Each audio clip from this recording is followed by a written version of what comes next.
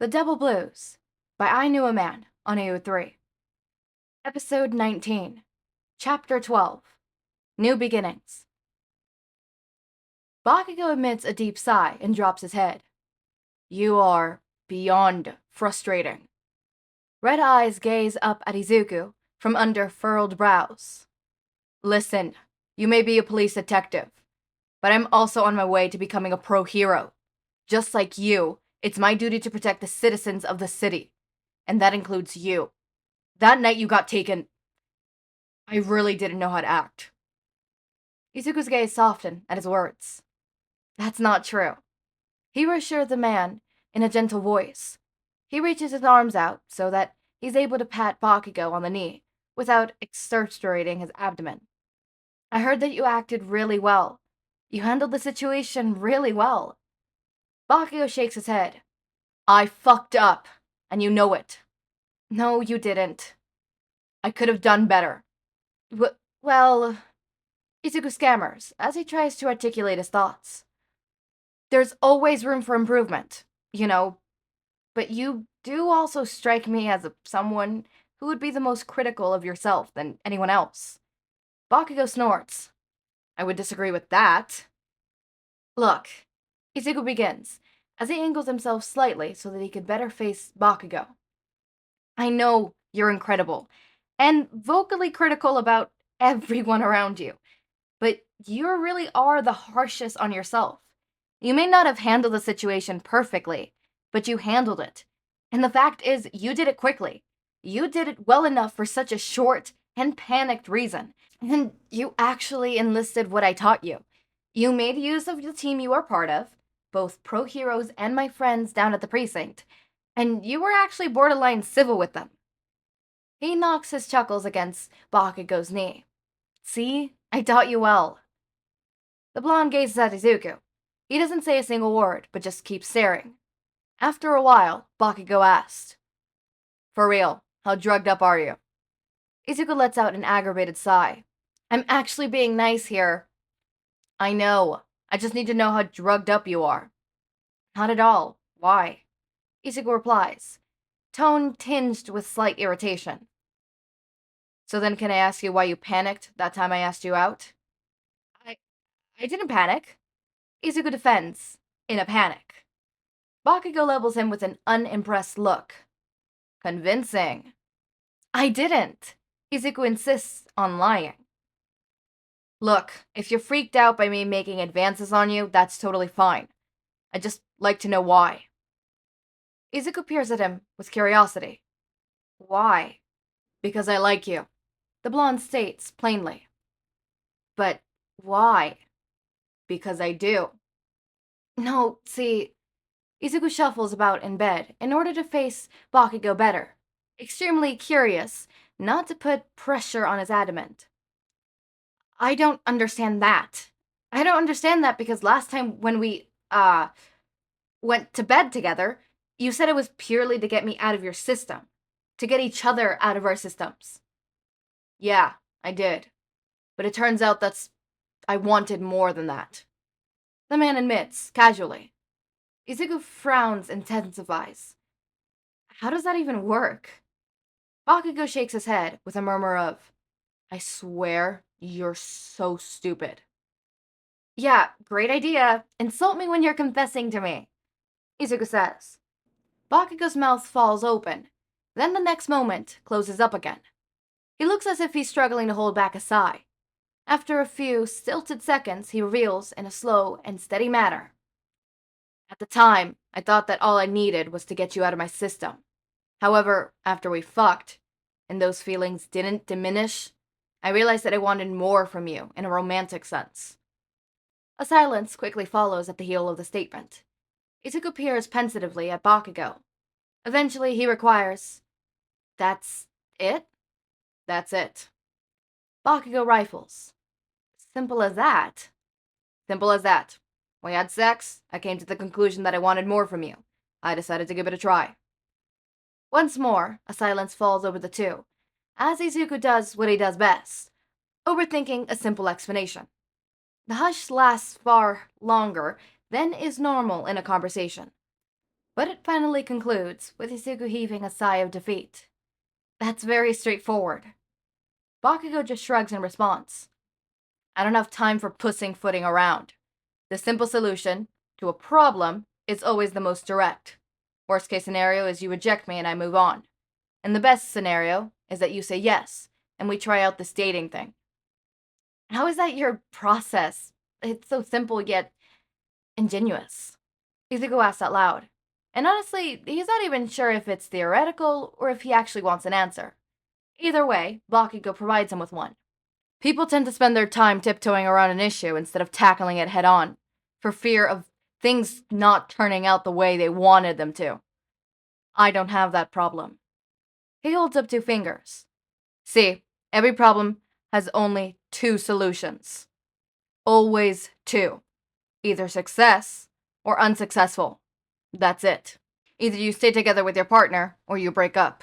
Either you fail your exam or you succeed. Either you book that trip to wherever the fuck your soul-searching ass wants to, or you don't. That's it. And once you eliminate all the needless extra bullshit of what-ifs and buts, then that's when you realize how simple making a life decision is. It cannot be that simple. Bakugo's lips press together, as if he's physically holding himself back from setting Izuku straight. You know, for a detective, you're really dense. Izuku doesn't bother giving the comment a reply, too caught up in his muddled mind. How someone so volatile and explosive and Bakugo can have such a clear and blunt approach to his problems amazes him. Izuku's nothing like that. He knows what he's like, constantly thinking, overanalyzing, overthinking, tearing every single thing to tiny shreds and pieces before making a choice. On some level, he's envious of Bakugo for not putting himself through that same exhausting decision-making process, as Izuku does. Izuku begins softly. I think I need some time to myself. Bakugo doesn't even try to argue with him. There's no quips, no barking back, no persisting that they need to talk it out. He doesn't give Izuku verbal indication that he's been understood. Instead, he simply nods his head once, before rising to his seat. Izuku hurriedly catches him before he could go. I will give you an answer. I promise. The blonde gives him a small nod. Then, blanketed by the quiet of the room, returns the chair he had borrowed back to its original spot, and leaves the room. Izuku's eyes are on his back, until he's out of sight and out of mind. Not really. Izuku exits the lifts onto the floor, breathing in the sully mist air of the precinct. He'd been assigned bed rest by his doctor for several more days, and although staying in a dangerously white hospital room, whilst nursing all his injuries had been fun, he had yearned to be back at work. Finally, after the doctors deemed his wounds to have healed well enough that he was able to return to work, including his blasted abdomen, which had caused him nothing but literal pain for days, Izuku had sprung on the chance to leave. His mom and the captain had both arrived together in the same car, and picked him up. They have been showering him with kisses of love and relief from his mother, and bruised hugs from the captain, which he has to quickly break away from, because even though he appreciated the sentiment, he had no plans on going back to the hospital so soon. The 2 of them had driven Izuku back to his own flat, before the captain drove Izuku's mom back to her own home. Izuku had waved them from the pavement into the car with mere specks of the horizon, before making his way indoors. Honestly, he hadn't spent so much time doing anything else other than preparing for the next day, his very first day back at the precinct. He hadn't told anyone he would be returning, and he thought it best not to in case there would be a huge ruckus upon his return. As lovely and as wonderful his squad was, Izuku could be spared the celebration. He barely remembers how the evening had gone. All he recalls is falling asleep far too early out of excitement, and as such, he had ended up waking up equally too early. Still, he had seen it as a positive. He had managed to enjoy a nice shower in the morning, had taken the time to get dressed and not accidentally hurting himself further, and had prepared a mighty big breakfast of omelette and porridge before setting off to the precinct. Izuku's eyes wandered around the room, taking in the calm of the precinct, not yet interrupted into a hub of movements, noises, as the day crew switch shifts with the night crew.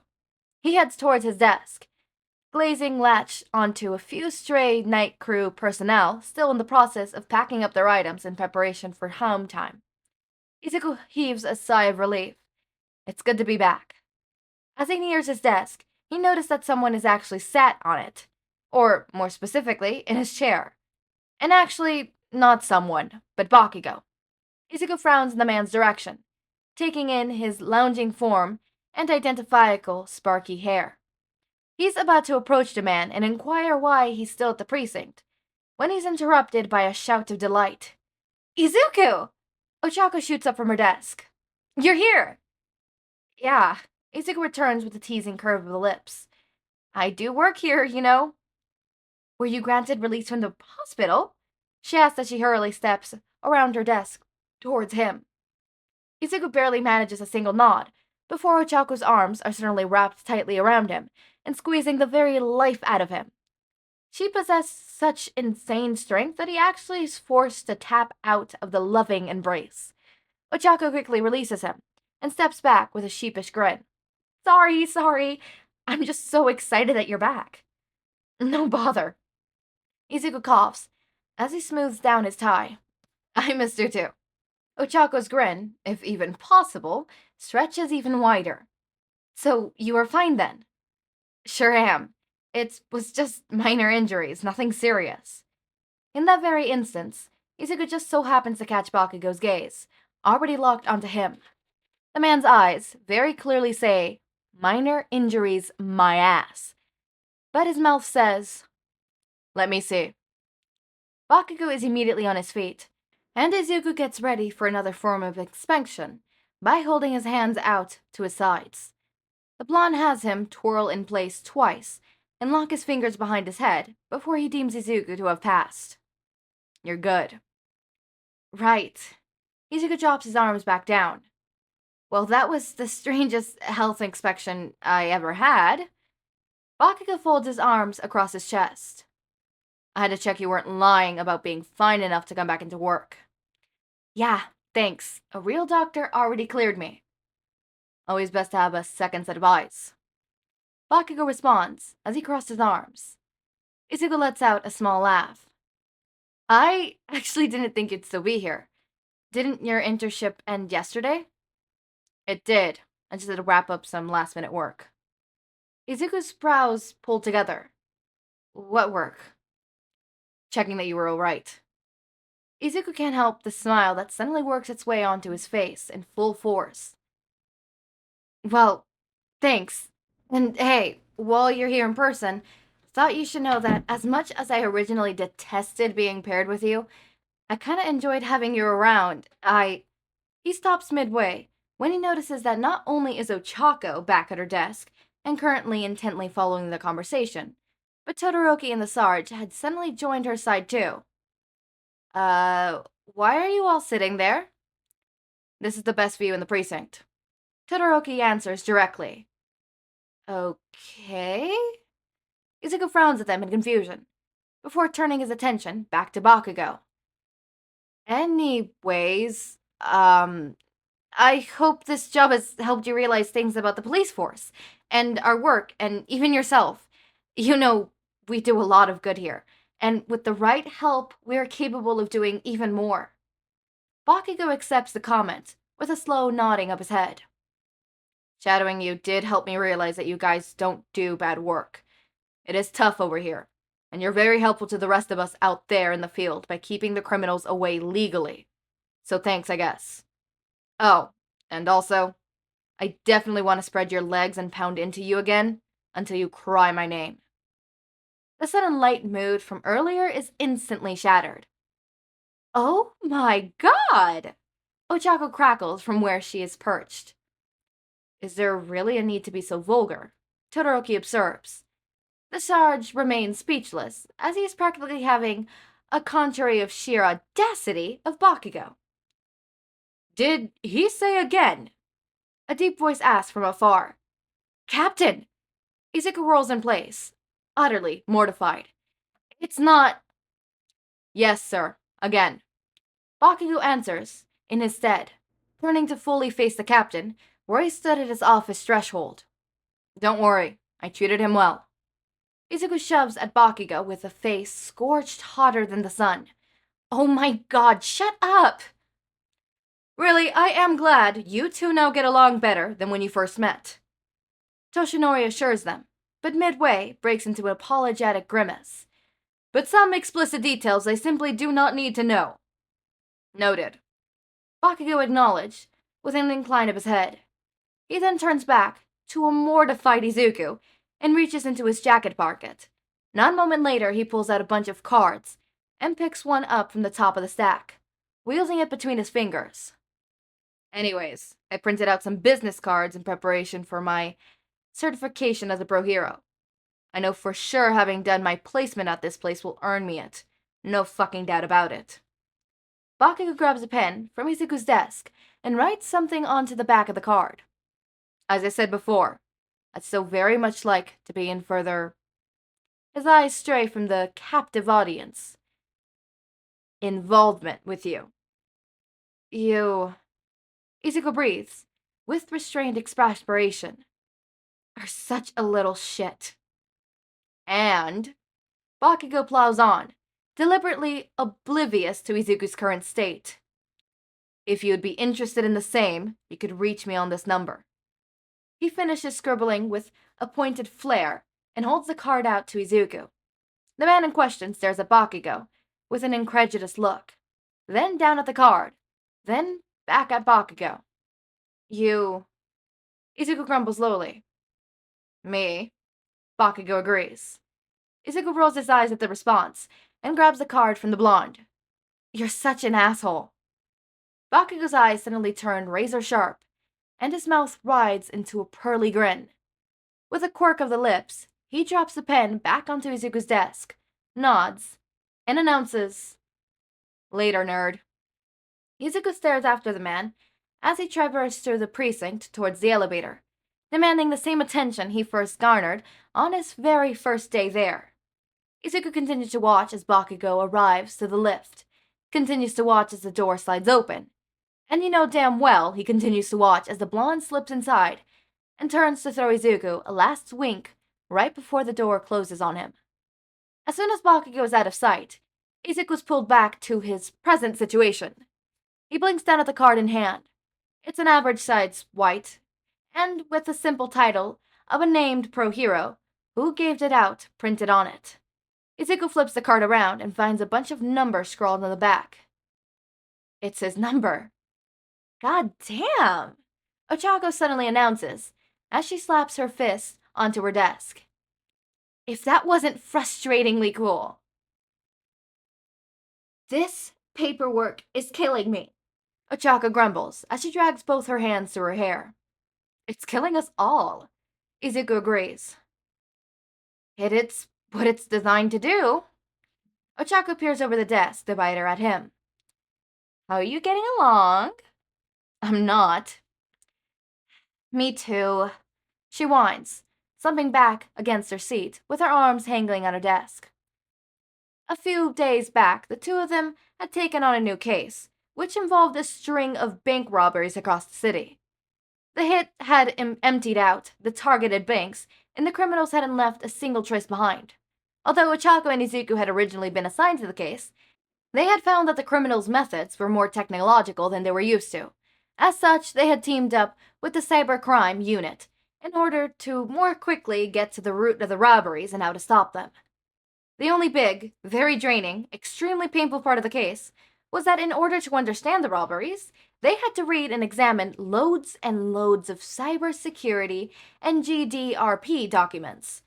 Now, Izuku wasn't a tech genius by any stretch of the mind. At best, Izuku could apprehensively use Microsoft Office on his computer, and this was just too much legal jargon, twinged with technological terminology for him to understand. He's in the midst of deciding whether he should read through another page of a GDRP document or hide in the bathroom for a breathe when Ochako suddenly gasps, grabbing his attention. He looks up just in time to see her level a look of betrayal.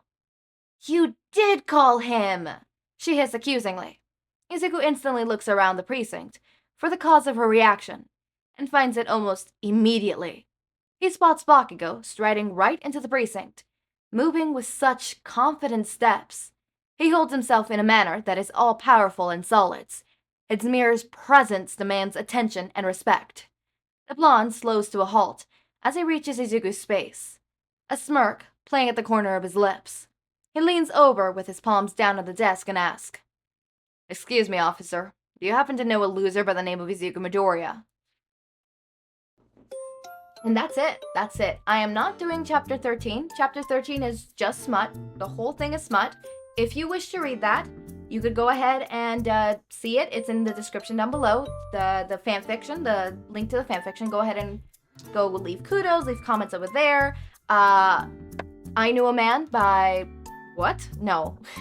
I Knew a Man. Thank you for letting me podfic this. This was interesting. I really do love detective stories and stuff like that.